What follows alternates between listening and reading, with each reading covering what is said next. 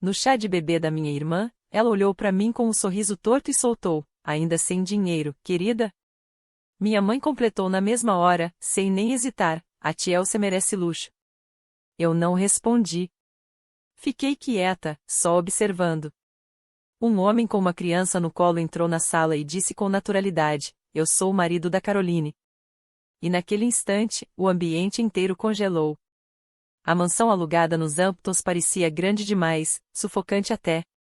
Os lustres de cristal tremiam levemente com o som de um jazz discreto ao fundo, enquanto o cheiro forte de lírios brancos caros tomava conta de tudo, quase escondendo o cheiro de falsidade que parecia grudar em cada canto daquele lugar.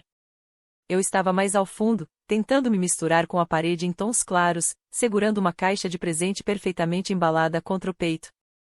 No centro de tudo estava a tia Elsa, minha irmã, sentada numa poltrona alta de veludo que parecia um trono de verdade. Grávida, radiante, não só pelos hormônios, mas por uma autoconfiança inflada que nossa mãe alimentou a vida inteira. Aos pés dela, uma montanha de presentes embrulhados em tons pastéis, vindos de gente que claramente se importava mais com as marcas das sacolas do que com o bebê que ela esperava. Ao lado, como sempre, estava Evelyn, nossa mãe, com um vestido de seda impecável e um sorriso frio que nunca chegava nos olhos. Ela parecia dirigir aquela cena inteira como se fosse um espetáculo cuidadosamente ensaiado. Para ela, aquilo não era uma celebração de vida nova, era uma vitrine social, uma forma de provar para os amigos ricos do clube que a filha favorita tinha dado certo. E eu era a peça fora do lugar. Caroline, 34 anos, a decepção da família. Durante anos eles acreditaram que eu era só uma designer freelancer quebrada, sobrevivendo de projetos pequenos e mal pagos, vivendo de salário em salário num apartamento minúsculo. Achavam que eu passava os dias fazendo panfletos baratos para restaurantes locais. E eu deixei que acreditassem nisso. Era mais fácil assim. Uma proteção silenciosa contra a ganância sem fim deles. A verdade era outra. Quando eu tinha 24 anos, meu pai morreu de repente. Foi doloroso, mas pior ainda foi descobrir que a empresa dele, Caldwell Logistics, estava afundando em dívidas. Minha mãe e minha irmã não quiseram saber. Estavam ocupadas demais planejando viagens de luto pela Europa. Eu fiquei. Aguentei tudo sozinha, vivendo de comida barata por anos, trabalhando em 3 empregos e aprendendo programação à noite. Criei plataformas tecnológicas, vendi 2 delas de forma anônima e investi tudo em um fundo secreto. Com esse dinheiro, comprei silenciosamente 51% da empresa do meu pai, salvando ela da falência e mantendo o estilo de vida luxuoso que minha família achava que era natural. Eles não faziam ideia. Evelyn acreditava que os depósitos mensais que sustentavam tudo eram algum tipo de herança misteriosa, um bônus esquecido. E seguia gastando tudo em roupas de grife, as mesmas que ela usava para me diminuir em jantares de família. Encostada no papel de parede, eu observava a tia Elsa rindo alto com um grupo de socialites, como se aquele fosse o palco dela. E, ali parada, um vazio conhecido foi crescendo dentro de mim. Eu tinha gasto meus 20 anos tentando consertar o que eles deixaram quebrar e, em troca, virei só um detalhe inconveniente na família perfeita deles. Mesmo assim, naquele dia eu tinha decidido tentar mais uma vez. Eu trouxe um presente que não cabia em cartão de luxo nem em etiqueta de marca. Algo feito por mim, com as próprias mãos, com a esperança ingênua de encontrar algum resquício de vínculo verdadeiro ali no meio de tanta aparência. Quando a tia Elsa finalmente apontou para minha caixa simples de papel pardo, o barulho da sala foi diminuindo até virar silêncio curioso. As pessoas se inclinaram um pouco para frente, já esperando algum tipo de show. Ela rasgou o embrulho com pressa, como se fosse encontrar uma grife cara lá dentro.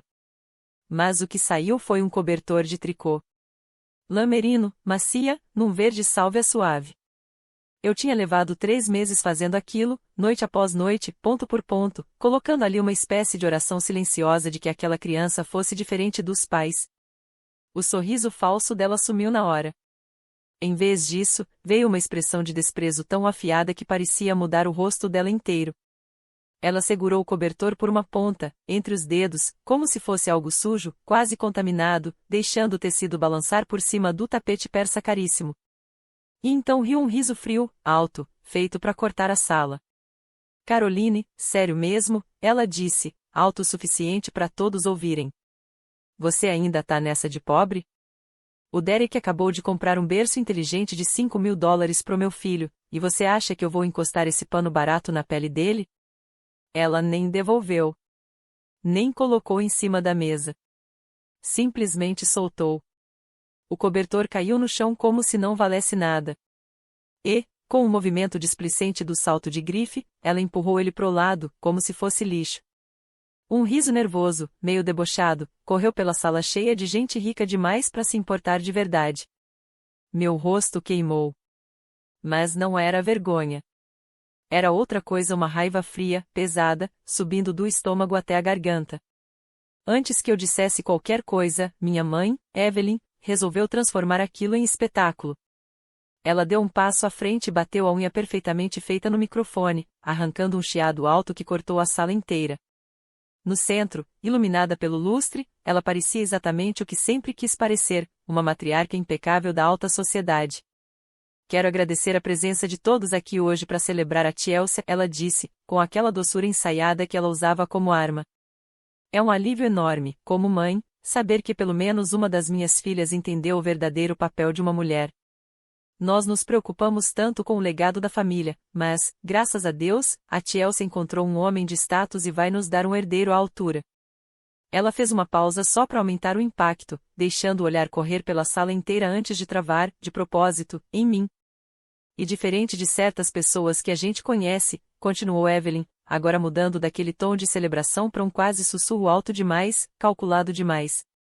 Em segundos, todos os rostos viraram na minha direção. Eu senti aquilo como um peso físico. Quase 50 pares de olhos me prendendo no lugar, como se eu não tivesse saída. Coitada da Caroline, ela disse, sem pressa, saboreando cada palavra. 34 anos e ainda de mãos vazias. Sem marido, sem carreira, sem futuro. Vamos ser sinceros, o relógio biológico dela não só está correndo, ele praticamente parou. É uma tristeza ver uma mulher chegar nesse nível de fracasso, mas toda família precisa de um exemplo do que não se deve ser. Evelyn sorriu no final, satisfeita, como se tivesse brindado e não acabado de me expor na frente de todos. Alguns convidados riram. Outros desviaram o olhar, desconfortáveis. Mas a maioria só me encarava, com aquela mistura de pena e desprezo bem disfarçado. Eu olhei pro chão. O cobertor verde-salvia estava ali, amassado, esquecido como se não significasse nada. Eu me aproximei em silêncio, ignorando os cochichos ao redor, me abaixei e o peguei com cuidado. Passei a mão nele, tirando uma poeira imaginária, como se ainda desse para preservar alguma dignidade naquilo. Não olhei para minha irmã. Não respondi minha mãe. Só dobrei o cobertor com calma e segurei contra o peito. Naquele instante eu entendi. A família que eu passei anos tentando salvar não existia.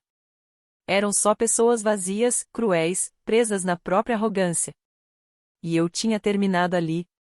Me virei e comecei a andar em direção às grandes portas de madeira, decidido a sair de vez, bloquear todos, cortar qualquer ligação, inclusive a financeira que ainda sustentava aquele teatro inteiro. Mas eu não cheguei nem na metade do salão. Uma mão pesada agarrou meu braço com força, me puxando de repente e me parando com brutalidade.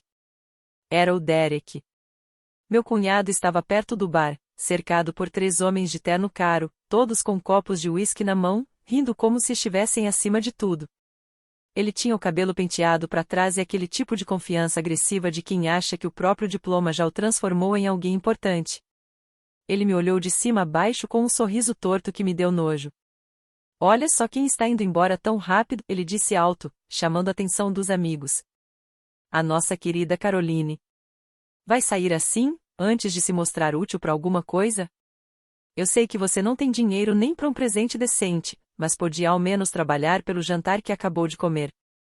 Os outros riram, girando o gelo nos copos. Derek se aproximou mais. O cheiro de álcool velho misturado com perfume caro demais veio junto, quase sufocante.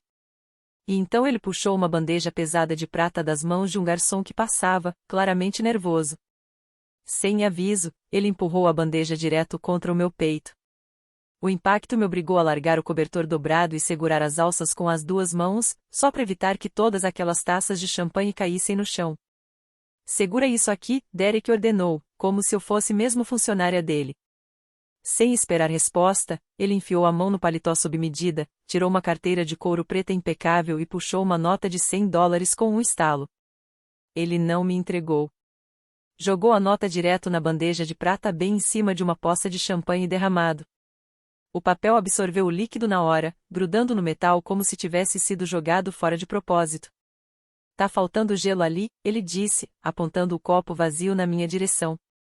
Vai ali na loja da esquina, compra umas sacolas e fica com o troco. E para de me olhar com essa cara de coitada, Caroline.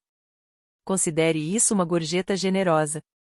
Provavelmente é mais do que você ganha numa semana fazendo aqueles cardápios de restaurante barato. Ele deu uma risadinha, satisfeito com a própria crueldade. Eu fiquei parada, sentindo o peso da bandeja puxando meus braços. O dólar molhado grudado no metal parecia me encarar, como se até a própria humilhação tivesse um rosto. Minhas mãos tremeram. Por um segundo, tudo dentro de mim gritou para eu virar aquela bandeja de uma vez, jogar o champanhe caro na cara dele, acabar com aquilo ali mesmo. Eu queria dizer que o relógio de luxo no pulso dele era falso, que eu tinha percebido há uma hora. Queria lembrar que ele não era o grande CEO de nada, só um fantoche ocupando um cargo que eu já tinha nas mãos. Mas eu não fiz nada disso. Respirei fundo, devagar, e forcei meu rosto a ficar neutro, controlado, vazio.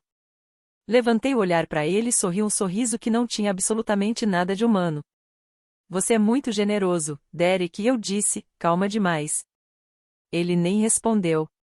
Simplesmente virou as costas, como se eu fosse parte da decoração da sala, e voltou a rir com os amigos. Coloquei a bandeja numa mesa lateral. Não toquei no dinheiro molhado. Olhei discretamente o relógio. Os segundos estavam andando. Derek achava que tinha acabado de me diminuir, de me colocar no meu lugar. Achava que eu era só a cunhada fracassada segurando bandeja em festa de rico. Ele não fazia ideia de que tinha acabado de me dar gorjeta para a própria destruição. Eu não precisava gritar. Não precisava fazer cena. Só precisava esperar mais 3 minutos. Porque a tempestade já estava chegando. E quando chegasse, não sobraria nada daquela sala. O primeiro sinal veio antes do som. Uma vibração baixa, quase imperceptível, subindo pelo chão. Eu estava perto das janelas altas de vidro quando reparei, as taças começaram a tremer sozinhas nas mesas, se chocando em pequenos toques nervosos, como se a própria sala tivesse perdido o equilíbrio. O ruído cresceu rápido, virando um ronco profundo que engoliu a mansão inteira. Lá fora, o jardim perfeito, aquele cenário de revista, mudou em segundos. O vento veio forte, violento, descontrolado. Arrancando arranjos florais caros, jogando tudo pelo gramado como se aquilo não valesse absolutamente nada. O céu escureceu de repente, como se a própria tarde tivesse sido apagada. E então surgiu um helicóptero preto, enorme, elegante, descendo direto sobre o centro do jardim. A sala explodiu em confusão. Mulheres levaram as mãos à boca, copos foram esquecidos no ar, homens se levantaram às pressas indo até as janelas, tentando entender o que estavam vendo. Não era helicóptero de notícia, nem resgate. Era outra coisa. Um modelo de luxo com padrão militar, silencioso de um jeito assustador, transmitindo aquela sensação de poder ilimitado, dinheiro que não acabava, influência que não pedia licença. As hélices começaram a desacelerar aos poucos. A porta lateral se abriu. Ao mesmo tempo, as portas duplas do salão foram abertas com força. 2 homens enormes entraram primeiro. Ternos escuros, corte perfeito, postura firme. Não pareciam seguranças de evento, pareciam gente acostumada a situações muito mais sérias. Eles analisaram o ambiente por 2 segundos e simplesmente abriram espaço. E então ele entrou. Benjamin. Durante anos, minha família imaginou que qualquer pessoa na minha vida seria irrelevante, alguém sem importância, sem futuro, alguém que eles poderiam desprezar sem esforço. Eles definitivamente não estavam preparados para o homem que atravessou aquele salão como se o lugar inteiro pertencesse a ele. Benjamin parecia ocupar mais do que o espaço. Parecia dominar o ar. Ele tinha 42 anos, vestindo um terno cinza escuro feito sob medida, perfeito em cada detalhe, destacando os ombros largos e a postura confiante. Sem gravata. Apenas a camisa branca levemente aberta no colarinho, transmitindo uma autoridade tranquila, quase natural. Ao lado dele, segurando sua mão com firmeza, estava Hudson. Meu enteado de 5 anos parecia saído de uma propaganda de moda infantil, blazer de veludo escuro, tênis branco impecável, cabelo bem arrumado, expressão animada demais para aquele tipo de ambiente. Os 2 seguranças que minha mãe tinha contratado para controlar a entrada simplesmente não fizeram nada. Homens grandes, acostumados a impor medo em funcionários e convidados, ficaram imóveis. O tipo de silêncio que Benjamin carregava não era algo que se enfrentava. Era algo que se respeitava instintivamente. Eles recuaram um passo, quase baixando a cabeça quando ele passou. Ninguém questiona um homem que chega literalmente descendo do céu. O salão inteiro ficou em silêncio absoluto. Um vazio estranho tomou conta do lugar. Derek parou no meio de um gole de uísque, o copo suspenso perto da boca como se o corpo dele tivesse esquecido o que fazer. Evelyn segurava o peito, olhos arregalados, sem piscar. E então, um movimento rápido que quebrou tudo. Um borrão pequeno de veludo atravessou o salão. Hudson tinha soltado a mão do pai. Ele correu direto até mim, atravessando o piso como se nada mais existisse, e se jogou contra minha cintura, abraçando forte, escondendo o rosto no meu vestido. Mamãe, ele gritou, levantando a cabeça com os olhos brilhando de empolgação. Eu falei pro papai que a gente tinha que vir voando bem rápido. Você viu meu presente? A gente trouxe tudo. A palavra mamãe ficou no ar. Pesada. Como um trovão que não terminou de cair. E bateu nas paredes altas do salão, voltando em eco, atravessando cada pessoa ali uma por uma sem deixar ninguém escapar do que acabaram de ouvir. A sala não ficou só em silêncio, ela praticamente morreu. Todos ali olhavam para mim, a mulher que segundos antes tinha sido tratada como empregada descartável, e depois olhavam para a criança bilionária me chamando de mãe, como se o cérebro deles não conseguisse processar as 2 coisas ao mesmo tempo.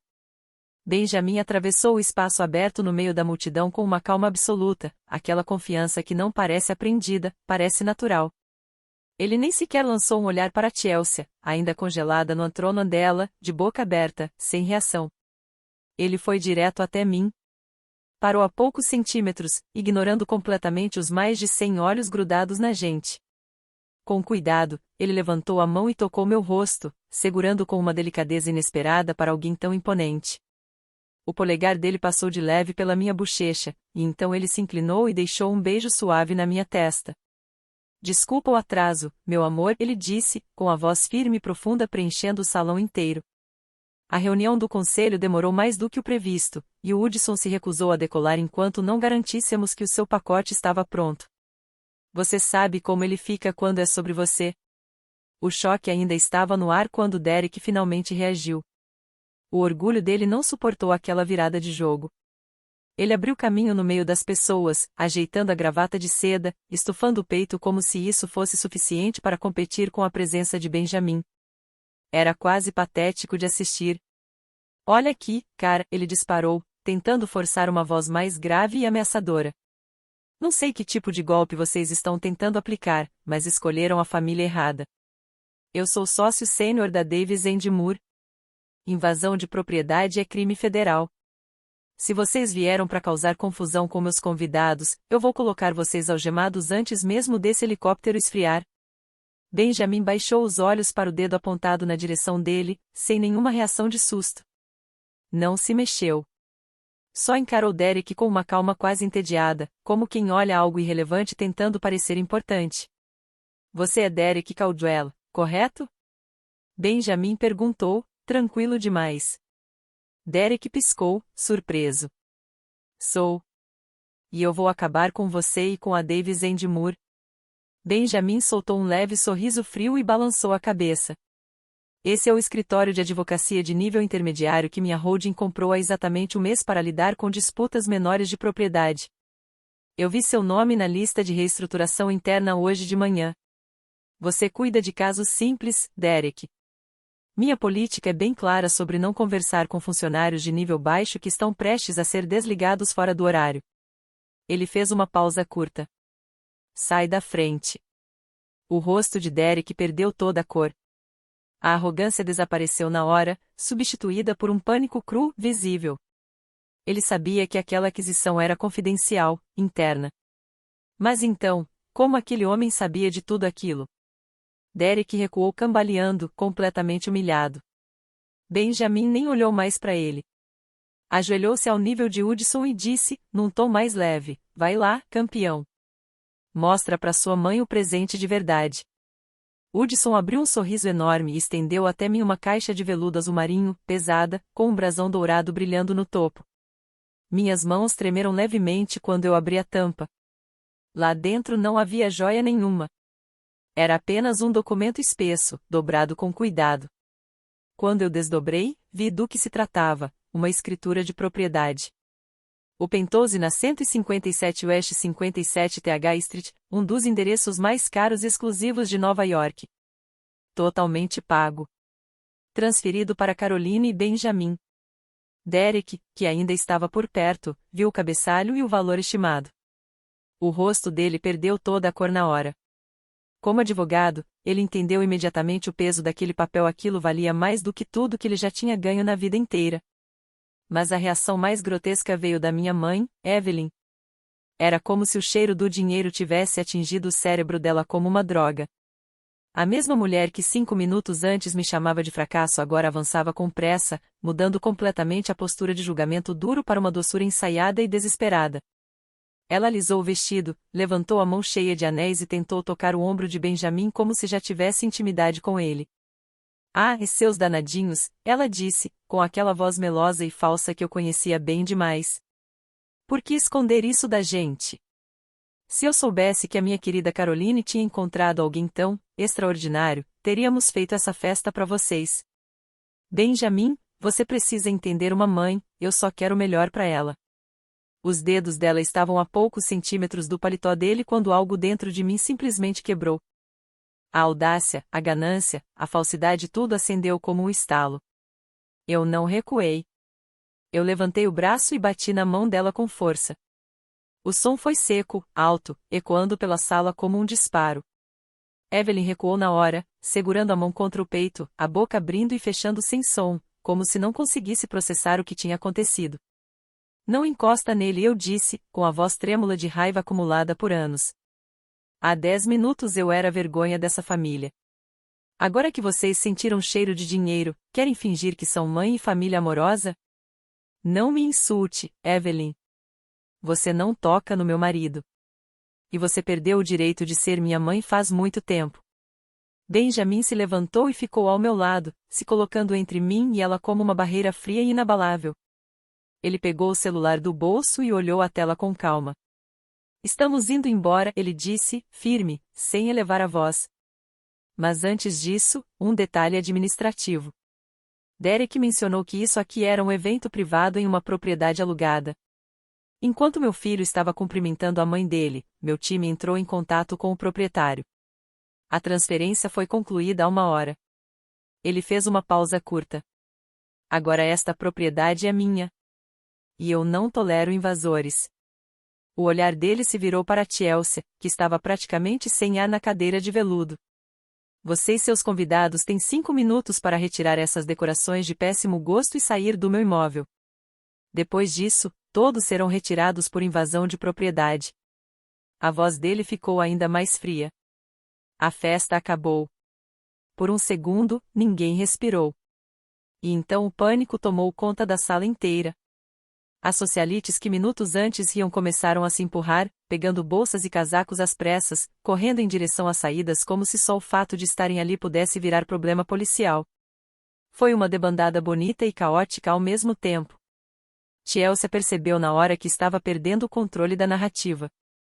O foco tinha saído dela e ido direto para mim e ela parecia incapaz de aceitar isso.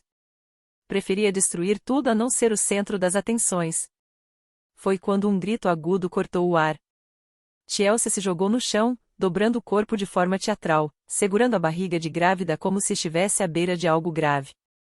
Meu bebê, ela gritou, com o rosto completamente distorcido.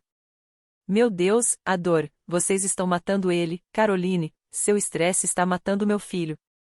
Era tão exagerado que parecia ensaiado. Derek caiu de joelhos imediatamente, já gritando por ambulância, apontando para Benjamin como se tivesse encontrado um culpado perfeito. Olha o que vocês fizeram. se acontecer alguma coisa com o meu filho, eu vou processar vocês até não sobrar nada. Eu olhei para minha irmã se contorcendo no chão e, por um instante, uma memória antiga voltou. Quando ela tinha 12 anos e fingiu uma crise de asma absurda só para escapar de uma prova de matemática. Aquilo não era novidade. Era o mesmo padrão de sempre, transformar qualquer situação em vitimização estratégica. Mas então eu vi o olhar assustado do Hudson. E aquilo mudou algo dentro de mim. Sem dizer mais nada, viramos e saímos dali, deixando aquele caos para trás, seguindo em direção ao helicóptero. O voo de volta para Manhattan deveria ter sido silencioso, quase uma vitória.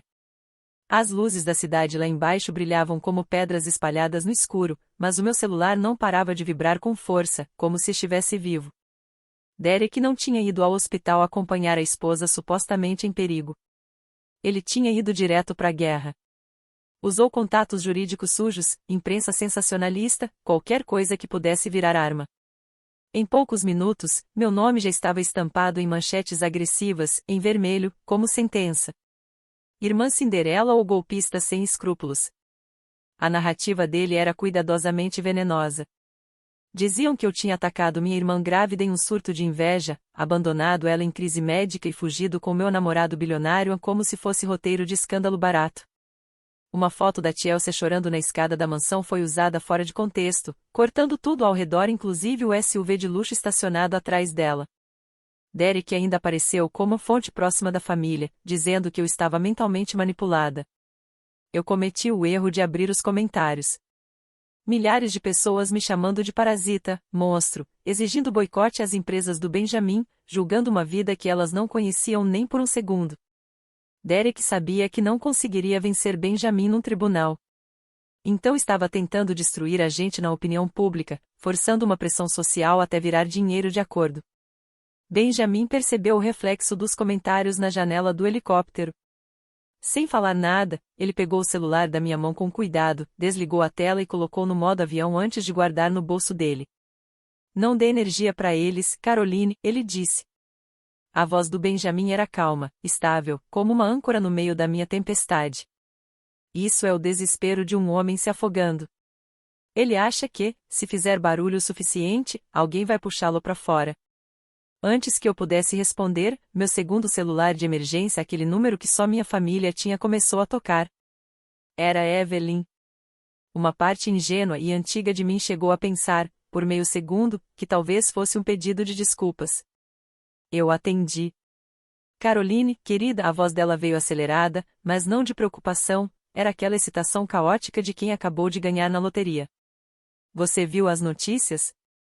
Os repórteres estão no meu jardim. Estão me oferecendo $50 mil por uma entrevista exclusiva sobre como você sempre teve inveja da Chelsea. Um gelo se espalhou pelo meu peito. O que você quer, Evelyn? Eu perguntei. Eu quero te proteger, claro, ela mentiu sem hesitar. Mas custos legais são tão altos, e se eu for para a TV contar a verdade, isso vai te destruir. Só que se eu recusar a entrevista, também preciso ser compensada pela oportunidade perdida. $1 milhão na minha conta até amanhã de manhã, ou eu já tenho um horário marcado no programa da manhã às 9. E eu vou chorar ao vivo, se precisar. Ela desligou. Fiquei olhando para a tela preta. E foi ali que o último fio invisível que ainda me prendia a ela simplesmente se rompeu. Ela queria $1 milhão para ficar quieta. Peguei o celular do Benjamin, desativei o modo avião e disquei o número do meu gestor de patrimônio. Marcos, eu disse, sem emoção nenhuma na voz. O Fundo de Preservação Familiar. Ordem imediata de bloqueio total. Cancele todos os cartões. Congele todas as contas. Corta tudo. Deixa eles sem acesso. Do outro lado, silêncio breve. Entendido, senhora. Antes de chegarmos ao que realmente importa, se você estiver gostando dessa história, deixa o like, se inscreve no canal e comenta de qual cidade você está assistindo. Isso ajuda muito o vídeo a alcançar mais pessoas que gostam desse tipo de história. Obrigado de verdade e agora vamos continuar. Enquanto lá fora o mundo girava em rumores venenosos e repórteres brigavam por espaço no jardim da minha mãe, eu estava sentada em silêncio absoluto, num andar alto em Midtown Manhattan, dentro de uma sala de reunião fria e impecável. Era domingo de manhã. Evelyn achava que eu estava chorando em algum banheiro. Derek achava que eu estava implorando para apagar a imagem pública. Os dois estavam completamente errados. Eu não estava reagindo. Eu estava me preparando. Do outro lado da mesa de mogno, estava Graham, meu advogado particular, que cuidava do meu fundo cego há mais de 10 anos. Um homem de 50 e poucos anos, sempre impecável, que raramente sorria, mas naquele dia havia algo diferente no olhar dele. Ele empurrou uma pasta grossa de couro na minha direção. Dentro dela estava o único segredo grande o suficiente para fazer toda a minha família perder o chão. Por 3 anos, Derek circulou pelos corredores da Caldwell Logistics como se fosse o dono absoluto do lugar.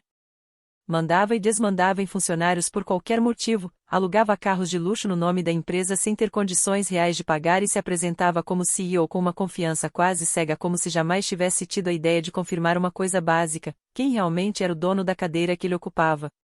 Quando meu pai morreu, a empresa estava afundando. Eu não conseguia assistir aquele legado desaparecer, então entrei para segurar o que ainda dava para salvar. Com os lucros das minhas plataformas de tecnologia, comprei 51% das ações com direito a voto através de uma holding fantasma chamada Janice Ventures. Para o Derek, Janice Ventures não passava de uma assinatura distante num papel, um parceiro silencioso que aprovava tudo sem nunca aparecer. O que ele nunca imaginou, nem por um segundo, era que seu parceiro invisível era justamente a cunhada que ele fazia questão de ridicularizar por a não ser ninguém.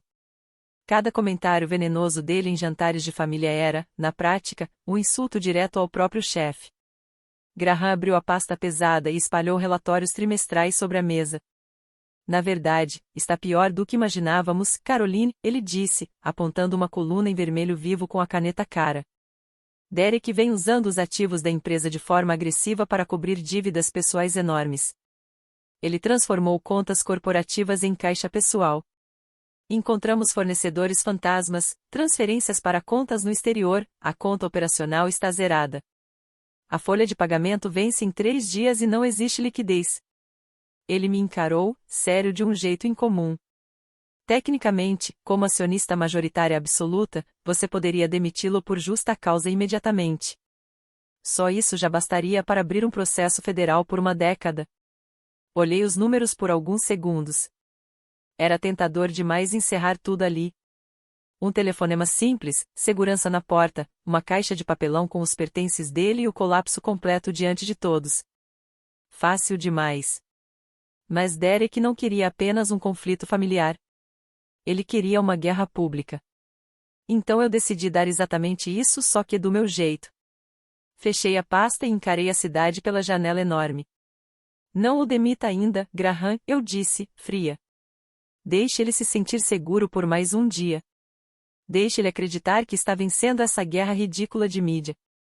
Porque quando eu puxar o tapete, quero que ele esteja de pé, confiante, assim a queda vai quebrar cada parte da carreira dele. Depois eu descobriria, através dos áudios desesperados deixados no meu celular bloqueado, exatamente como o primeiro dominó caiu. Na manhã de segunda-feira, no alto da cidade, dentro de uma boutique de mármore na Quinta Avenida, Evelyn já estava ocupada da única forma que sabia lidar com o próprio ego ferido, gastando dinheiro que nunca tinha ganho. Ela estava parada diante do balcão de vidro iluminado, segurando uma bolsa de edição limitada feita de pele de avestruz legítima, mais cara do que um carro usado em boas condições. Falava alto de propósito, garantindo que todas as pessoas na loja soubessem exatamente quem ela era, tentando sustentar uma imagem de riqueza antiga e intocável enquanto, do lado de fora, o caos da mídia já começava a se formar em torno da sua casa. Eu vou levar, anunciou Evelyn para a vendedora exausta, jogando no balcão seu cartão de platina com um som seco e arrogante. E nem se dê ao trabalho de embrulhar. Vou usar agora mesmo. Tenho um almoço no Le Bernardin em 20 minutos e não gosto de atrasos. A jovem funcionária forçou um sorriso educado, pegou o cartão e passou no terminal. Um som curto e áspero de erro ecoou. Ela franziu a testa, tentou de novo. Outro sinal de falha. Evelyn bateu o pé impaciente, olhando o próprio reflexo no espelho da loja. Depressa disse com desprezo. Ou sua máquina está quebrada ou essa conexão é tão barata quanto o seu atendimento. A vendedora respirou fundo, visivelmente desconfortável. Sinto muito, senhora, mas o cartão foi recusado. O silêncio dentro da loja mudou de clima na mesma hora. Ficou pesado. Evelyn soltou uma risada curta e incrédula, alta o suficiente para chamar a atenção até do segurança na porta. Não seja ridícula, respondeu, a voz cortando o ambiente. Esse cartão é de platina, limite limitado. Tenta de novo. A funcionária obedeceu. Recusado. Passou de novo. Recusado. Tentou a tarja magnética. Recusado. O rosto de Evelyn começou a perder a máscara. O vermelho de raiva subiu devagar, distorcendo a maquiagem perfeita. Ela abriu a bolsa com força e puxou outro cartão, preto, reservado para emergências, como ela gostava de dizer. Esse aqui, sibilou, empurrando com agressividade para a funcionária. E quando eu falar com o gerente dessa loja sobre essa humilhação, você vai estar desempregada antes do fim do dia. A mão da vendedora tremia enquanto passava o cartão. Outro erro. A tela foi clara, fria e definitiva. Transação não autorizada. Entre em contato com o emissor. Evelyn arrancou os cartões de volta no movimento brusco, as mãos agora tremendo de verdade, não só de raiva, mas de um pânico que começava a aparecer por baixo da arrogância.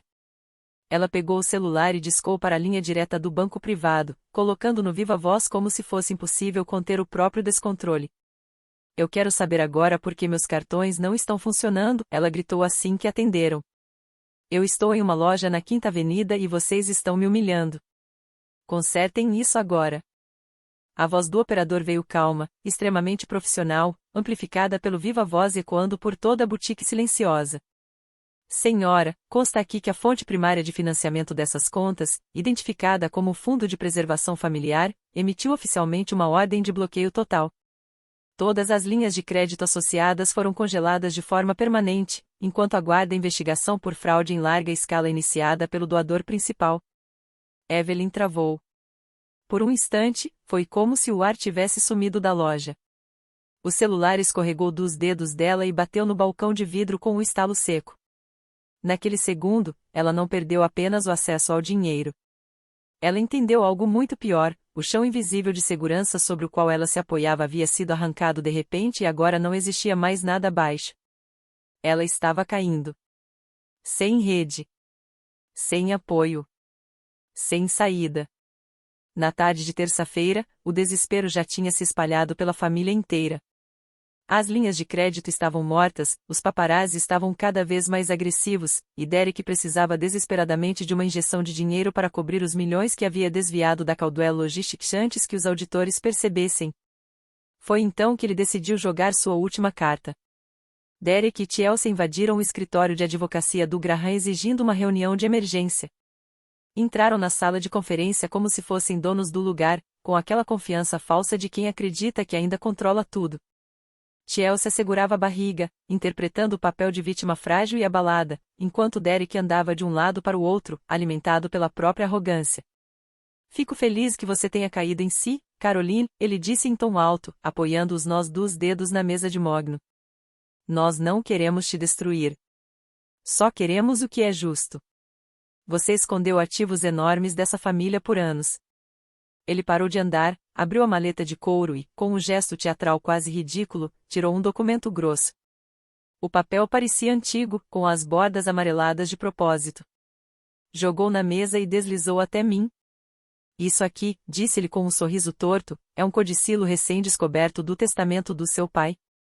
Encontramos em um cofre separado. Parece que ele tinha instruções bem específicas sobre o legado da família. Olhei para o documento. A fonte imitava uma máquina de escrever antiga, claramente feita para parecer autêntica. Passei os olhos pelo texto jurídico até encontrar um trecho destacado. Dizia que, em caso de falecimento do meu pai, todos os bens comerciais e ativos líquidos da família deveriam permanecer em custódia até o nascimento do primeiro herdeiro masculino. E que, com esse nascimento, a propriedade total seria transferida imediatamente para a filha que desse à família o neto que daria continuidade ao nome. Um frio subiu pela minha espinha. Era uma falsificação. Obviamente. Meu pai era um homem moderno, lúcido, que sempre valorizou competência acima de qualquer coisa, nunca teria escrito algo assim. Mas a assinatura no final era assustadoramente precisa.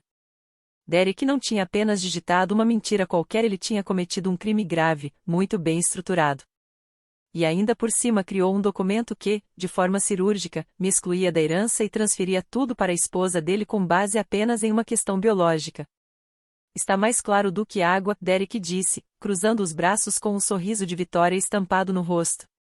A Chelsea está esperando um menino. Você não tem filhos. Então, conforme a suposta vontade expressa do seu pai, a empresa e todos os bens pertencem a ela. Vamos ficar com tudo, Caroline. A empresa, os lucros, e sim, até aquele seu penthouse novo e brilhante.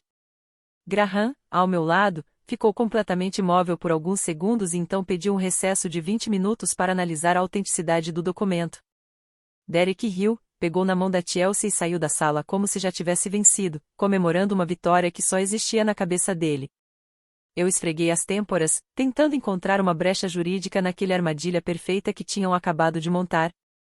Se um juiz aceitasse aquilo, mesmo que provisoriamente, eles poderiam travar meus bens por anos em um processo interminável. Foi então que o pequeno Hudson puxou a manga do meu blazer. Quase tinha esquecido que ele estava ali, sentado em silêncio num canto da sala, jogando no tablet. Ele tinha pedido para ir ao banheiro antes do recesso começar e acabou de voltar. Subiu na cadeira de couro ao meu lado e se inclinou bem perto, cobrindo a boca com as mãozinhas como se estivesse compartilhando um segredo de estado. Mamãe, ele sussurrou, com os olhos bem abertos e sinceros. Aquela moça está mentindo. Franzi a testa e passei a mão de leve no cabelo dele. Qual moça, querido? A barulhenta, ele disse, apontando para a porta por onde a Chelsea tinha saído. A de barriga grande. Eu estava no banheiro jogando no celular e ela entrou falando no telefone. Ela não sabia que eu estava escondido lá. Ela estava chorando muito, mamãe. Falando com um médico. Meu coração deu um salto. Olhei para o Graham. Ele tinha parado completamente de digitar e agora encarava o Hudson com atenção total. O que ela disse, Hudson? Perguntei, mantendo a voz o mais calma possível. Ela disse que sabe que o bebê é menina, ele falou, como quem repete algo que ouviu com clareza absoluta. Ela disse, eu sei que o exame deu feminino, mas você precisa mudar o papel para masculino. Ela falou pro médico que o marido dela vai matar ela se descobrir, e que precisa do documento dizendo que é menino para conseguir o dinheiro. O ar na sala pareceu desaparecer de vez. Olhei para o Graham e vi o mesmo choque absoluto refletido no olhar dele. Toda a base da acusação de Derek, toda a estrutura daquele testamento forjado, dependia exatamente da existência de um herdeiro masculino. E a Chelsea não estava apenas mentindo para mim. Ela estava mentindo para ele também. Ela estava tão apavorada com a ambição e a ganância do próprio marido que aceitou distorcer uma realidade médica inteira só para manter ele satisfeito até o dinheiro começar a entrar. Puxei o Hudson para um abraço forte, beijando o topo da cabeça dele. Você é um menino muito corajoso, eu sussurrei, tentando segurar as lágrimas de alívio que queriam cair. Você acabou de nos salvar. Olhei de novo para o testamento forjado sobre a mesa. Ele já não parecia uma ameaça. Na verdade, era uma armadilha perfeita, só que não para mim. Era para o Derek. Ele tinha construído toda a estratégia criminosa em cima de uma mentira que a própria esposa estava alimentando dentro da relação deles. Graham se inclinou levemente, um sorriso lento e sombrio surgindo no rosto. A gente conta para eles? Ele perguntou. Eu balancei a cabeça devagar, sentindo uma calma fria e pesada tomar conta de mim. Não. Vamos deixar eles acharem que ganharam completamente. Vamos deixar eles levarem isso até um juiz. Eu quero que o Derek jure sob juramento que vai ter um filho homem. Deixe eles cavarem a própria cova mais fundo, Graham. Eu quero ter certeza de que eles nunca mais consigam sair dela. Quando Derek e Chelsea voltaram para a sala 20 minutos depois, eu me certifiquei de parecer exatamente o que eles esperavam, uma mulher quebrada. Usei óculos escuros grandes para esconder meus olhos secos e frios. Deixei meus ombros caírem. Para eles, eu parecia alguém que finalmente tinha sido esmagada pela pressão da mídia e pela ameaça de uma batalha judicial interminável. Sobre a mesa de mogno, entre nós, havia uma nova pilha de documentos grossos o suficiente para parecer um livro. Derek estava praticamente vibrando de excitação. Andava atrás da cadeira da Chelsea, olhando os papéis com uma fome quase animalesca, como um predador convencido de que já tinha a presa encurralada. Ele realmente acreditava que a campanha suja na mídia tinha destruído qualquer resistência minha. Que bom que você finalmente decidiu ser razoável, Caroline, ele disse, com aquele tom venenoso de superioridade. A gente nunca quis te destruir por completo. Só queríamos o que é justo. O legado da família pertence à família de verdade. Eu mal confiava na minha própria voz, com medo de que ela denunciasse o quanto eu estava satisfeita por dentro. Então falei baixo, quase como um sussurro derrotado. Só, faz isso parar, Derek.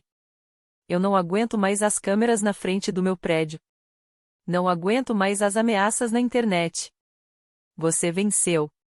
Assenti para o Graham, que lentamente empurrou a pilha de documentos para frente. Este é um acordo de transferência total, ele disse, sem nenhuma emoção na voz. Ele transfere imediatamente para Derek e Chelsea Caldwell 100% da propriedade da Caldwell Logistics. Inclui todos os ativos físicos, direitos de marca e controle operacional completo. Assim que assinarem, minha cliente sai totalmente da empresa e dessa família. Chelsea avançou sobre os papéis com as mãos trêmulas, tomada por uma ganância crua, impossível de disfarçar. Ela não olhou para as cláusulas jurídicas. Não leu a parte de responsabilidade. Tudo o que viu foi o título imaginário de a esposa do CEO e os milhões de dólares que ela acreditava vir junto como mágica.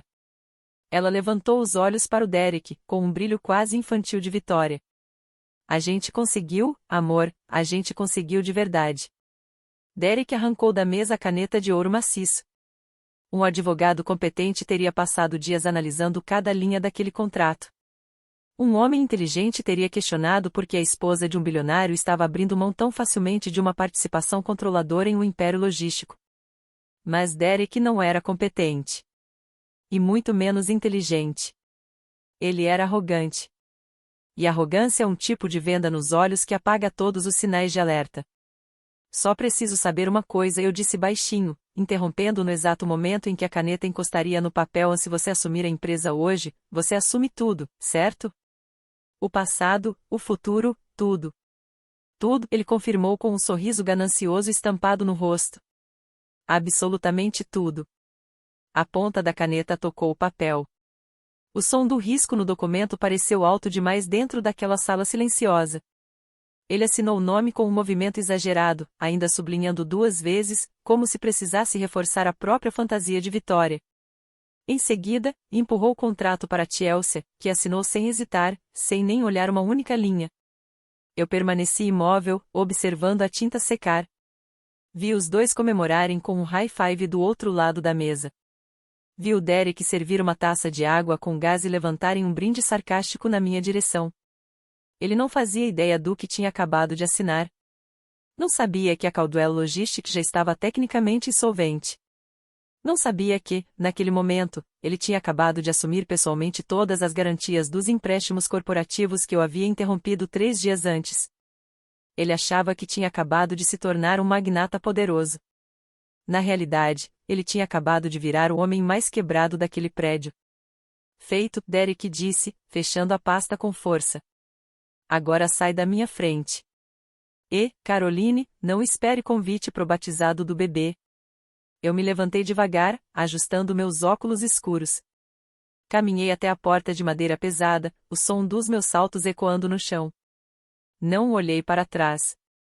Nem precisava. Eu já sabia exatamente o que viria a seguir. Quando a porta se fechou atrás de mim, ouvi a voz do Graham limpando a garganta do outro lado. Vou registrar isso imediatamente, ele disse, com a voz abafada pela madeira. Mas como novo acionista majoritário e CEO, existe uma questão de conformidade urgente que você precisa resolver, Derek. A Caldwell Logistics está carregando 10 milhões em dívida tóxica com credores diversos. E se você olhar a cláusula 14, parágrafo C do documento que acabou de assinar, vai ver a disposição sobre assunção de dívidas. Houve uma pausa longa. E então veio o som frenético de papel sendo folheado. Assumindo a propriedade total, Graham continuou com a mesma calma cirúrgica, o novo titular aceita também a responsabilidade pessoal integral por todas as obrigações financeiras pendentes da empresa. Isso significa que a dívida deixa de estar protegida pela personalidade jurídica da corporação. Agora o banco pode cobrar diretamente de você bens pessoais, casa, carros, investimentos, tudo entra na linha de execução para cobrir os 10 milhões. Ele fez uma pausa breve, quase educada. Parabéns pela aquisição, Derek. Você acaba de se tornar o único dono de um déficit de 10 milhões de dólares. Eu sorri. Entrei no elevador e apertei o botão do lobby. Levou exatamente 3 horas para a arrogância bater na minha porta. Eu estava no enorme hall de mármore do meu novo penthouse em Manhattan, observando a vista absurda da cidade, a mesma que o Derek tentou roubar e falhou miseravelmente quando o elevador privativo finalmente tocou. Eu não tinha autorizado ninguém a subir. Mas, de algum jeito, a Chelsea tinha passado pelo porteiro lá embaixo usando o novo título inventado dela de esposa do CEO. As portas de aço se abriram. E ela apareceu. Ao lado de 3 malas vintage da Louis Vuitton, enormes, pesadas, como se tivesse chegado para uma mudança definitiva. Não parecia alguém que tinha acabado de ganhar um império corporativo. Parecia uma rainha mimada entrando num território que já considerava dela por direito. Ela passou por mim sem sequer me cumprimentar, largando a bolsa de grife em cima de uma mesa de entrada que custava mais do que o SUV dela. Isso aqui serve, Chelsea disse, olhando a sala com um ar crítico e superior. Um pouco moderno demais pro meu gosto, mas a vista é aceitável. O Derek vai ficar até tarde no escritório hoje, limpando a bagunça que você deixou. Então eu decidi ficar aqui por algumas semanas. Não foi um pedido. Foi uma afirmação. Meu médico disse que eu preciso de silêncio absoluto e zero estresse pro bem do meu filho, ela continuou, como se eu nem estivesse na sala. Você pode ficar no quarto de hóspedes menor, Caroline. Eu vou ficar na suíte master, o colchão provavelmente é melhor para minha coluna. Ela fez uma pausa e completou, com naturalidade absurda. Agora seja boazinha e prepara um chá de ervas para mim. Minha garganta está seca depois desse dia exaustivo de negociações. Eu fiquei olhando para ela. A convicção era quase clínica. Não era só arrogância, era uma distorção completa da realidade. Ela realmente acreditava que assinar um papel tinha transformado ela na nova dona de tudo, e que eu tinha sido automaticamente rebaixada a algum tipo de empregada familiar. Ela achava que a guerra tinha acabado. E que ela tinha vencido. O problema era que ela não fazia ideia de que estava parada em cima de uma bomba ainda ativa. Eu não discuti. Não levantei a voz. Só caminhei com calma até o elevador privativo e apertei o botão. As portas, que tinham acabado de fechar, começaram a se abrir novamente. O que você está fazendo? Chelsea perguntou, franzindo a testa. Eu falei que queria chá, não porta aberta. Eu não respondi. Caminhei direto até a pilha de malas dela. Segurei a alça de couro da maior delas. E arrastei com força pelo mármore polido. Chelsea gritou quando eu levantei a primeira mala pesada e joguei dentro do elevador aberto, seguida imediatamente pela segunda e pela terceira. Ei, ela berrou, andando depressa e desajeitada na minha direção. Isso é caríssimo. O que você pensa que está fazendo? Eu me virei devagar para encará-la, firme no chão, bloqueando completamente a entrada dela na minha casa. Estou fazendo exatamente o que eu devia ter feito há 20 anos, Chelsea, eu disse, sem qualquer traço de afeto na voz. Estou jogando fora o lixo. Dei um passo à frente, e ela recuou instintivamente para dentro do elevador para não bater em mim. Se atrapalhou com as próprias malas, quase perdendo o equilíbrio, e me olhou com uma mistura de choque e raiva crescente. Você não pode fazer isso comigo, ela cuspiu, o rosto ficando vermelho. Eu sou sua irmã. Eu sou dona da empresa do seu pai. Você é dona de uma armadilha de 10 milhões em dívida, eu corrigi, me inclinando levemente enquanto as portas de metal começavam a fechar. E esse apartamento é o meu espaço. Não é hotel. E definitivamente não é abrigo para parasita tóxico. Sai da minha frente antes que eu chame minha equipe de segurança para te jogar na calçada. A última imagem que eu vi antes das portas se fecharem foi a dela com a boca aberta, completamente em choque, travada entre a indignação e o pânico. Ela estava descendo para o lobby. Mas, na verdade, estava indo muito mais fundo do que isso. 2 semanas depois, as escadarias do tribunal pareciam menos um espaço de justiça e mais um circo em pleno caos. Derek fez questão de garantir que a imprensa estivesse presente em peso. Ele ficou em frente a um paredão de microfones, com a expressão treinada de indignação moral, contando uma história absurda sobre como ele, um simples advogado trabalhador, teria sido enganado pela sua sofisticada cunhada bilionária.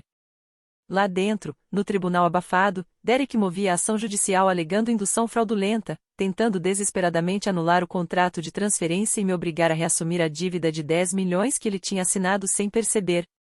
E ainda empurrava o testamento forjado, insistindo que eu estava escondendo bens que, segundo ele, pertenciam ao filho ainda não nascido dele. Eu estava sentada na mesa de defesa ao lado do Graham, vestindo um terno azul escuro impecável, observando tudo como se fosse uma peça mal ensaiada. O verdadeiro espetáculo começou quando o oficial de justiça chamou a primeira testemunha da parte autora. Evelyn se levantou da galeria. Ela tinha se preparado para aquele papel. As roupas caras tinham desaparecido. No lugar, um cardigã velho e simples, sapatos gastos, e uma aparência cuidadosamente montada de fragilidade como uma mãe idosa, cansada, emocionalmente destruída. Até o jeito de andar tinha sido ensaiado, um leve mancar falso, calculado. Você jura dizer a verdade, toda a verdade e somente a verdade? Perguntou o escrivão. Juro, Evelyn sussurrou, com a voz trêmula na medida exata para provocar compaixão imediata no júri. O advogado teatral de Derek se aproximou dela com cuidado, como se estivesse conduzindo uma cena ensaiada. Senhora Caldwell, a senhora pode falar ao tribunal sobre o relacionamento com sua filha, Caroline? Evelyn respirou fundo, de forma exageradamente trêmula, e pegou um lenço. Sempre foi extremamente difícil, ela começou, enxugando uma lágrima claramente forçada. A Caroline nunca foi calorosa como a irmã. Sempre foi agressiva. Ela tinha ressentimento pelo nosso sucesso. Nós tentávamos amá-la, mas ela nos afastava. Quando o pai dela estava morrendo, ela se recusou a ajudar. Disse que esperava que perdêssemos a casa da família. Disse que queria nos ver sofrer. Um murmúrio pesado de choque atravessou o tribunal. Os jurados alternaram o olhar entre a idosa chorosa e eu, e a expressão deles mudou quase instantaneamente para algo mais duro, quase de repulsa. Era uma performance perfeita de falso testemunho. Cada palavra era calculada, fria e mentirosa. Eu tinha pago a hipoteca dela. Eu tinha pago as contas médicas do meu pai. Durante anos, eu fui a única coisa impedindo aquela família de afundar na pobreza. Mas Evelyn estava disposta a destruir completamente a minha reputação sob juramento só para ajudar Derek a vencer um processo que manteria o dinheiro circulando. Então Derek jogou sua carta final. Ele apresentou uma gravação como prova. Os alto-falantes do tribunal chiaram e a minha própria voz preencheu o salão de teto alto. Eu não vou te dar mais um centavo. Não me importa se você perder a casa. Você está por conta própria. Não me ligue de novo. O silêncio que veio depois foi pesado, quase agressivo. Para o júri, aquilo soava como o desabafo cruel de uma filha fria abandonando a própria mãe idosa. Mas eles não ouviram o trecho que Derek tinha removido cirurgicamente do começo da gravação. Não ouviram o momento em que ele exigia $50.000 para cobrir uma dívida de jogo em Las Vegas, ameaçando incendiar meu apartamento se eu não pagasse. Derek estava sentado na mesa dele, com o rosto escondido nas mãos numa encenação de desespero, mas entre os dedos os olhos dele brilhavam com uma satisfação evidente. Ao lado, Chelsea acariciava a barriga de grávida em movimentos lentos e calculados, com um sorriso de canto enquanto me encarava. Ela apenas articulou sem som: "Te peguei." Eles achavam que tinham vencido. Mas estavam achando que aquele julgamento era sobre reputação. Não era. Era sobre verdade. Graham se levantou, ajustando a gravata com uma calma lenta e precisa que deixou a acusação visivelmente desconfortável. Ele não me chamou para depor em minha própria defesa. Em vez disso, se virou para o juiz. A defesa chama Hudson ao banco das testemunhas, anunciou Graham. Derek riu alto, um som seco e debochado, e se levantou de repente. Isso é uma piada, meritíssimo. O menino tem 5 anos. Ele não é capaz de testemunhar. Isso é só uma tentativa patética de gerar pena. O juiz Sterling observou por cima dos óculos. Eu vou permitir, decidiu com firmeza. Mas vou esvaziar a sala de todos os espectadores e da imprensa para garantir que a criança não seja intimidada. Em poucos minutos, a sala enorme ficou vazia, restando apenas as equipes jurídicas, o júri e o juiz. Hudson estava sentado na pesada cadeira de testemunha de madeira, com as pernas pequenas balançando no ar, sem tocar o chão. Ele não parecia assustado. Pelo contrário, olhou primeiro para o pai, Benjamin, que lhe deu um aceno tranquilo, e depois para Graham. Hudson, disse Graham com calma, agachando para ficar na altura dele. Você sabe a diferença entre verdade e mentira, certo? Sim, respondeu o menino com a voz clara, sem hesitar. Mentir é muito errado. Isso mesmo. Você pode contar ao juiz o que ouviu quando estava no banheiro do escritório de advocacia há 2 semanas? Você contou para sua mãe que ouviu a tia Chelsea falando. Hudson assentiu com entusiasmo. Sim. Ela estava chorando ao telefone. Disse que o exame deu menina, mas que precisava dar menino. Ela falou que o tio Derek ficaria muito bravo se fosse menina porque ele precisava do dinheiro. Disse que tinha que alterar o papel para enganar ele. O ar simplesmente desapareceu da sala. Eu olhei para o júri. Os olhos deles estavam arregalados, congelados em choque. Todo o plano do testamento forjado de Derek dependia da existência de um herdeiro homem. E ali estava a base inteira desmoronando em segundos. Não só o testamento era falso, como a condição principal nunca tinha sido real. O rosto de Chelsea perdeu toda a cor. Ela ficou pálida, quase doente, afundando na cadeira com a mão tampando a boca. Mas Hudson ainda não tinha terminado. E depois o tio Derek entrou no banheiro, continuou o menino, completamente alheio ao estrago que estava causando. Ele estava gritando com a tia Chelsea. Mandou ela parar de chorar. Disse que estava cansado de lidar com a vovó Evelyn. Chamou a vovó de velha inútil. Falou que assim que pegassem o dinheiro, ia jogar a velha no asilo barato para ela parar de pedir dinheiro. Um suspiro alto e cortante atravessou o tribunal. Veio o de Evelyn. Ela virou lentamente na cadeira para encarar Derek. A fragilidade que ela tinha encenado antes simplesmente desapareceu, substituída por um choque puro e venenoso. A aliança tóxica da família desmoronou ali mesmo. Derek ficou completamente paralisado, abrindo e fechando a boca em pânico, percebendo tarde demais que sua arrogância e as mentiras da própria esposa tinham acabado de ser expostas ao júri por uma criança de 5 anos. O chão finalmente começava a ceder sob eles. E o verdadeiro desfecho estava prestes a começar. O juiz Sterling bateu o martelo com força, o som ecoando como um trovão, cortando os murmúrios caóticos que explodiram após o depoimento de Hudson. O tribunal inteiro vibrava de tensão. Mas eu permanecia perfeitamente calma.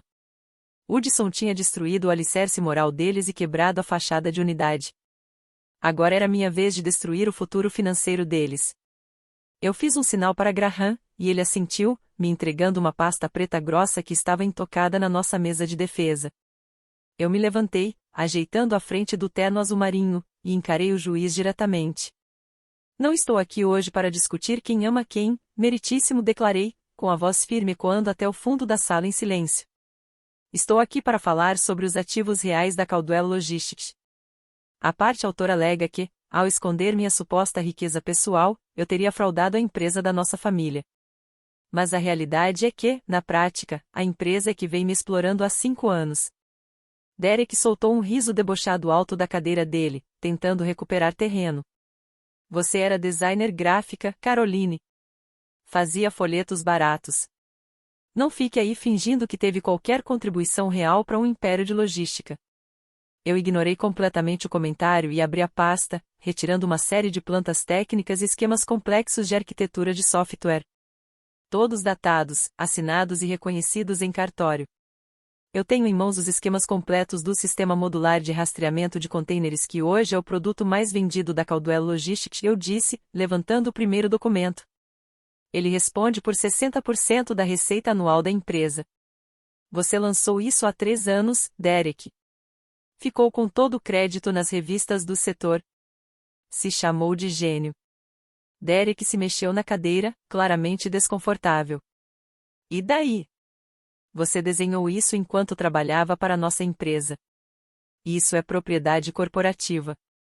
Qualquer estudante de direito do primeiro ano sabe disso, ele retrucou. Isso seria totalmente verdade e eu respondi, com um sorriso frio surgindo no rosto. Se eu realmente tivesse sido funcionária.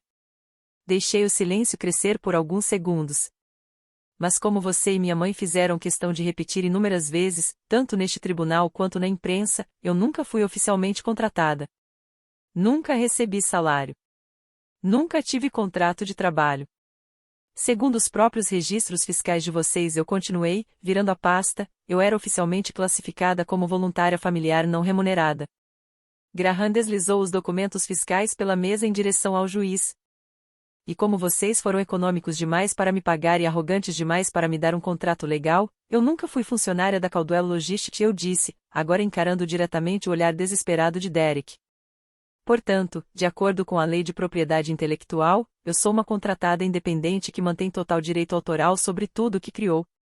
Eu nunca transferi esses direitos. Nunca assinei cessão. O software que seus clientes usam para rastrear milhões em cargas foi inteiramente desenvolvido por mim. E, a partir deste exato momento, eu estou revogando oficialmente a licença de uso de tudo isso. Graham se levantou e entregou uma ordem formal de cessação ao oficial de justiça. Meritíssimo, estamos protocolando uma ação de cessação imediata para impedir o uso contínuo dos designs da minha cliente, disse o advogado com calma cirúrgica. Além disso, entramos com uma reconvenção por 5 anos de royalties retroativos e violação grave de direitos autorais.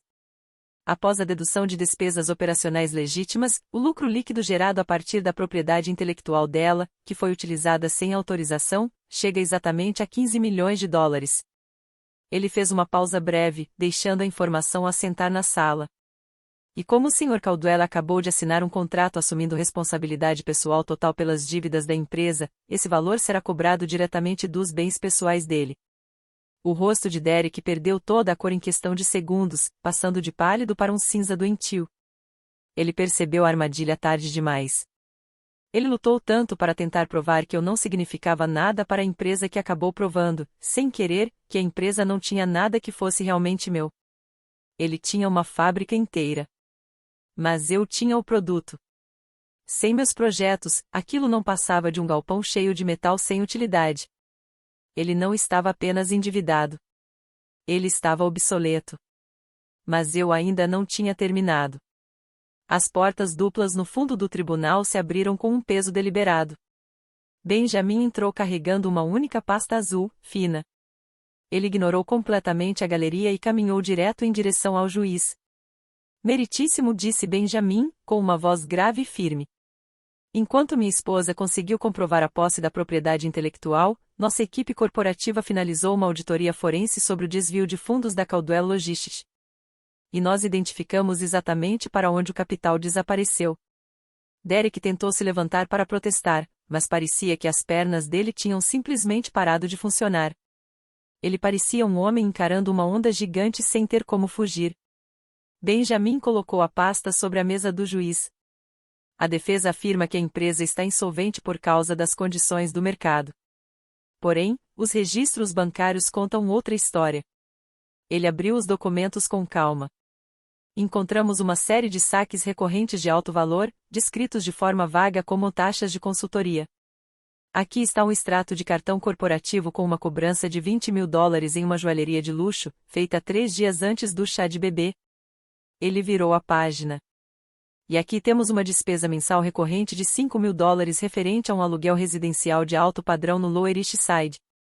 Benjamin então virou o olhar, frio e preciso, diretamente para Chelsea, que permanecia imóvel na cadeira. Senhora Caldwell, ele disse, num tom de falsa empatia. Notei que a senhora não está usando nenhum novo colar de diamantes, e presumo com segurança que também não está vivendo no apartamento de luxo ocupado por uma jovem de 22 anos chamada Vanessa. O nome caiu na sala como um impacto físico. Chelsea ficou rígida, os olhos arregalados de puro terror. Ela sabia exatamente quem era Vanessa. Vanessa era a antiga recepcionista do escritório de advocacia jovem bonita que Chelsea havia forçado Derek a demitir um ano antes, porque se sentia ameaçada. Ela é sua amante, Benjamin corrigiu, com uma frieza absoluta na voz.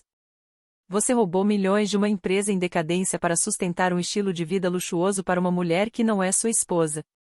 Usou a conta corporativa para pagar o aluguel dela enquanto, ao mesmo tempo, processava a Caroline por supostamente não apoiar a família. O tribunal explodiu em caos. Chelsea soltou um som que era meio grito, meio choro desesperado.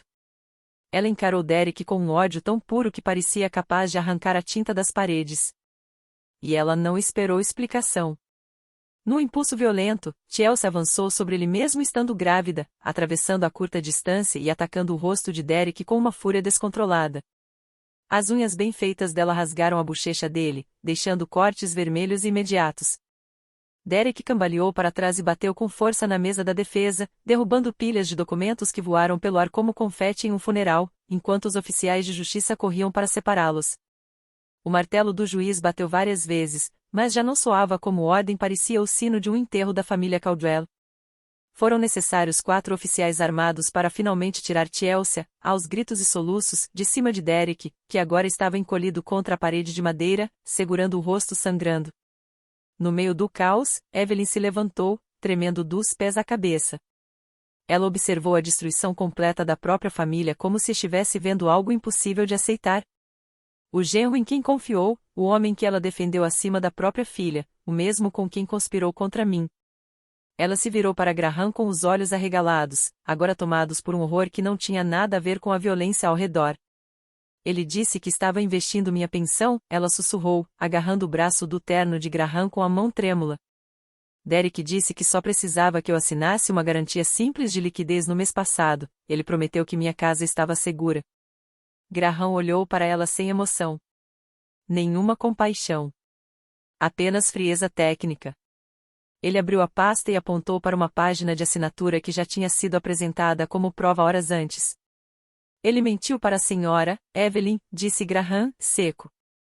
Isso era um acordo de cross-collateralization. Quando a senhora assinou aquilo para ajudá-lo, colocou legalmente sua casa e todas as suas economias como garantia das dívidas da empresa. Ele fez uma pausa curta. Como Derek acabou de entrar em inadimplência e assumiu responsabilidade total, o banco vai executar seus bens também. A voz dele não mudou. A senhora não está apenas quebrada. Está oficialmente sem casa. A cor sumiu do rosto de Evelyn num instante. Os olhos dela reviraram, os joelhos cederam, e ela caiu no chão frio do tribunal com um baque pesado e vazio. Não foi um desmaio elegante. Nem encenado. Foi o primeiro momento em que nada mais sobrou para fingir. Foi o peso bruto e imóvel de uma mulher cuja realidade inteira tinha acabado de ser reduzida a pó. A ordem no tribunal acabou sendo restabelecida, embora ainda permanecesse no ar um cheiro amargo de medo e traição completa. O juiz Sterling não perdeu tempo com formalidades. Ele olhou por cima dos óculos e deu a sentença com uma firmeza fria. Concedeu julgamento sumário totalmente a meu favor. Reconheceu minha posse integral da propriedade intelectual e determinou a devolução imediata dos 15 milhões de dólares em lucros desviados. Validou o contrato de transferência assinado por Derek e Chelsea, o que os tornava pessoalmente responsáveis pela dívida de 10 milhões da empresa. Carros, joias, contas bancárias, tudo estava perdido. Por fim, o juiz encarou Derek com um desprezo evidente. Este caso não é mais apenas civil, disse-lhe em voz alta. As provas apresentadas sobre falsificação de registros comerciais, criação de empresas de fachada e desvio massivo de recursos indicam possível prática de crimes graves. Estou encaminhando o caso ao Ministério Público para investigação imediata por fraude e apropriação indevida em larga escala. Oficiais, efetuem a prisão do réu.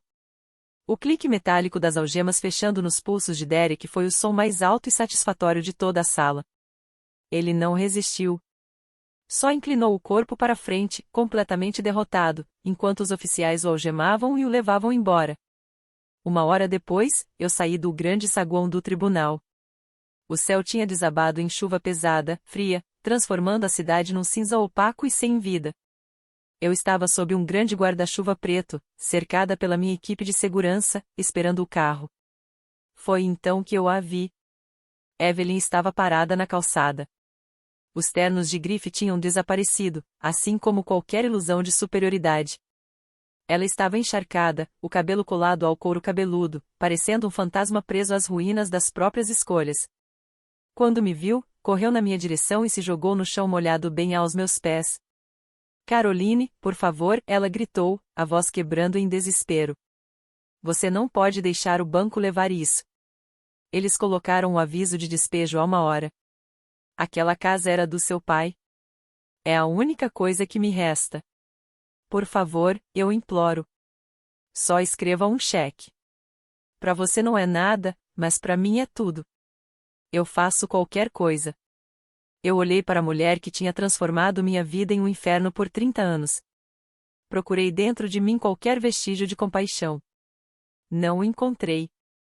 Só um silêncio frio, absoluto. Ela não chorava por arrependimento. Chorava porque perdeu o que acreditava que a tornava alguém. E ali, de joelhos na lama, ela finalmente não tinha mais nada para esconder. Você perdeu o direito a essa casa no exato momento em que assinou ela como garantia de uma dívida de jogo de um homem que te desprezava, eu disse, com a voz firme cortando o som da chuva pesada. Você não tratava aquilo como um lar. Tratava como ficha de aposta. Eu não pago dívidas de desconhecidos. Eu passei por ela sem parar. Entrei no banco de couro quente e seco da limusine e puxei a porta com um fechamento definitivo.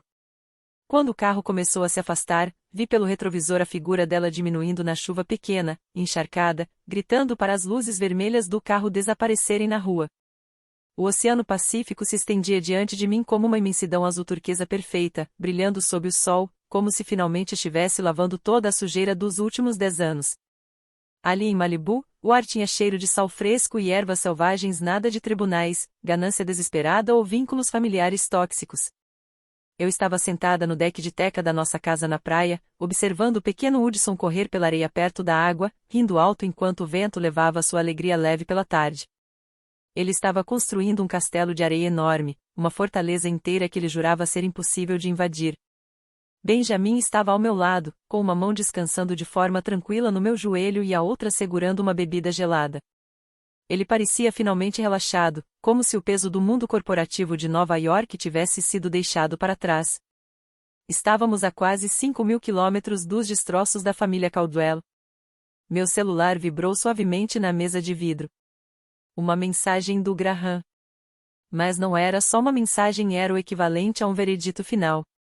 Eu peguei o telefone, protegendo a tela da luz forte da Califórnia. Era a confirmação oficial dos resultados do leilão de falência.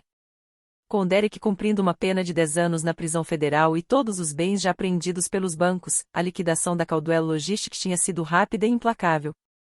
E como eu detinha os direitos de propriedade intelectual e tinha bloqueado legalmente o uso dos projetos, nenhum comprador legítimo quis encostar na empresa. Ela virou um ativo tóxico para o mercado inteiro exceto para mim. Olhei para o valor final na tela. Era ridículo. Eu tinha acabado de adquirir toda a estrutura física da antiga empresa do meu pai, fábricas, frota de caminhões, armazéns regionais por centavos no dólar. Toquei na tela e abri o portal digital do Estado. O último passo estava ali, esperando por mim. O cursor piscava no campo vazio de nome da entidade. Eu digitei devagar, aproveitando cada tecla como se fosse o fechamento de um ciclo inteiro. E apaguei a Caldwell Logistics, apagando junto o monumento de ganância que quase me destruiu. No lugar disso, eu digitei um nome completamente novo, um nome que só me pertencia e que representava a família que eu realmente escolhi, CB Global. Bloqueei o celular e o deixei virado para baixo na mesa. O Império Tóxico tinha morrido oficialmente e eu tinha construído uma fortaleza bonita em cima dos escombros dele. Está tudo bem? Benjamin perguntou, apertando de leve meu joelho, os olhos escuros me observando com atenção. Melhor do que bem, respondi, olhando para o oceano infinito que brilhava à minha frente. Finalmente acabou. Hudson veio correndo até o deck de madeira, sem fôlego e sorrindo como se tivesse encontrado algo mágico nas ondas. Ele estendeu a mãozinha com uma concha branca impecável. Olha, mamãe, ele gritou. Achei a mais bonita. É só sua. Peguei a concha e virei ela entre os dedos. Era perfeita. Olhei para meu filho seguro, feliz, profundamente amado. Olhei para meu marido, alguém que tinha sido firme como uma montanha ao meu lado enquanto meu mundo desmoronava. E então olhei para o horizonte, onde o sol começava a mergulhar no mar, transformando o oceano em ouro líquido. Eu não era mais uma vítima. Eu era dona da minha própria vida. E ali, vendo o pôr do sol, eu sorri como uma mulher que finalmente venceu a única guerra que realmente importava. E agora, olhando para trás, para minha mãe de joelhos na chuva, implorando pela casa que eu deixei o banco tomar. Será que eu estava errada em ir embora? Ou eles só colheram o que passaram a vida inteira plantando? Deixe a sua opinião nos comentários. Obrigado por assistir e acompanhar minha história. Se ainda não é inscrito, se inscreve no canal para não perder os próximos relatos cheios de drama familiar e justiça no final.